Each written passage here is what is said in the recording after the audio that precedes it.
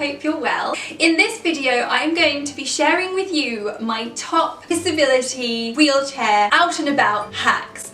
I think I take it for granted that I know these things. I have been disabled most of my life, so I just pick these things up along the way. But every day someone is a new wheelchair user or new to disability, and lots of people come to my channel for tips and advice. So I thought, even though this video is basic and I think quite a lot of you will know these things, I think it's a good idea to have this video on this channel. If I have left anything out, then please feel free to drop it down below. But these are a few of the hacks that I use when I'm out and about. These are going to make your life easier, and they're also going to save you a lot of money.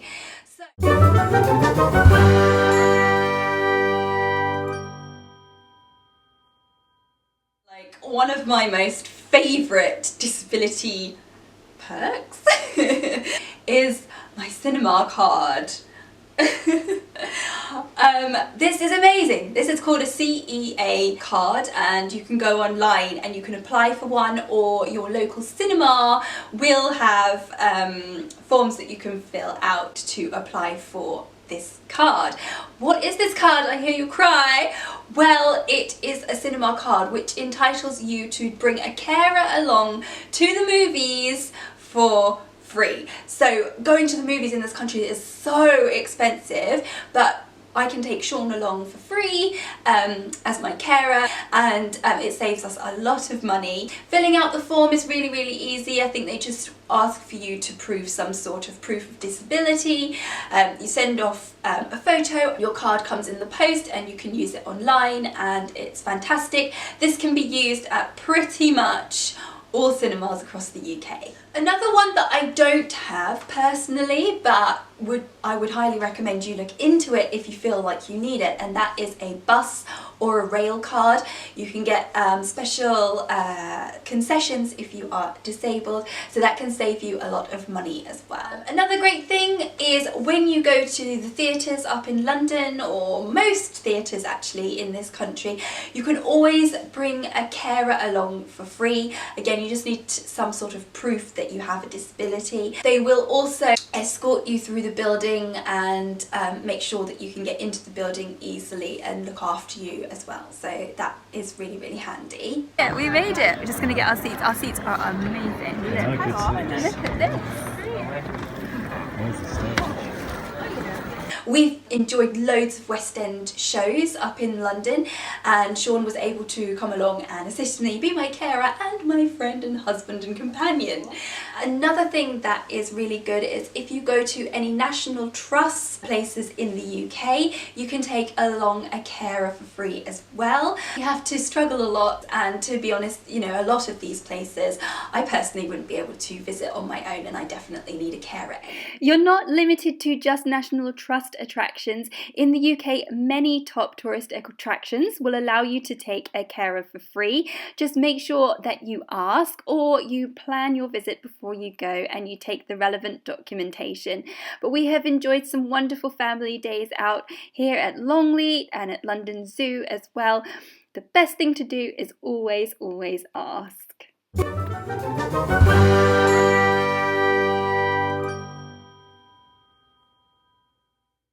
If you're a new wheelchair user or you have a disability, is get yourself a radar key. Now these, I think you can get them from your local council, you can get them from your doctor, or your doctor will know where to get them from. Buy them online now, just search radar key and they sell them on Amazon. I think at the time when I got mine they were free, and they were really easy to get. When you're disabled, getting these things is always such hard work, isn't it? You've got to go to this place, you've got to show them this letter, you've got to contact this doctor, but not for the radar key. It was relatively easy.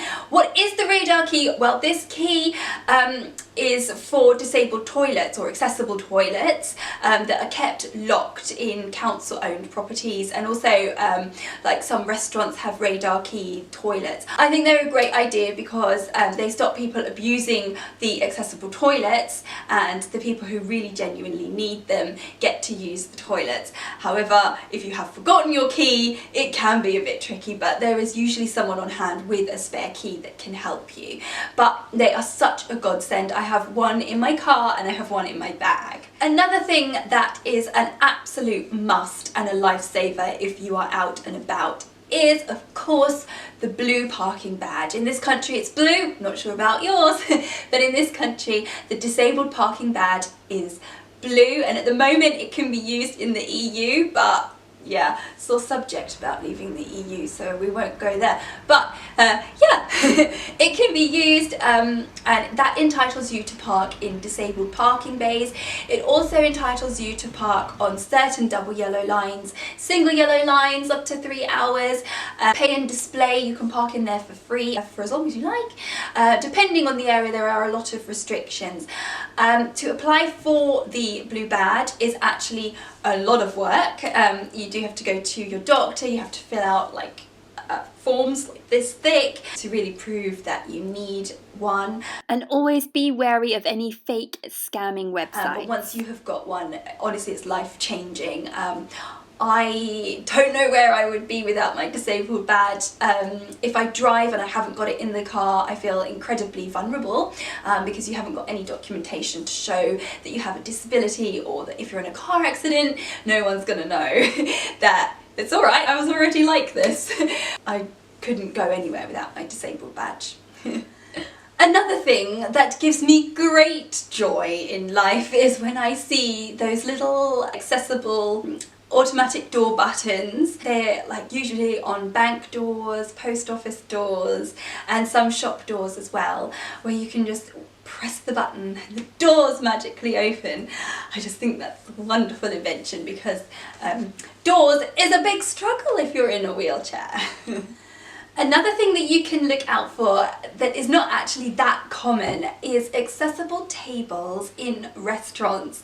I actually only know of 2 restaurants or cafes that do this, and let me know if you know of any other restaurants that do it. But Yo Sushi have an accessible table in my local branch, and Starbucks have a wheelchair accessible table as well. So you can just roll straight underneath the table and eat really comfortably without having to hit like the table legs underneath. Another thing to look out for when you're out and about is queue jumping. Yes, you can always ask to jump the queue. You may have medical reasons that you can't wait in line, such as chronic pain, chronic fatigue, things like that. And quite a lot of people will let disabled people go to the front of the queue.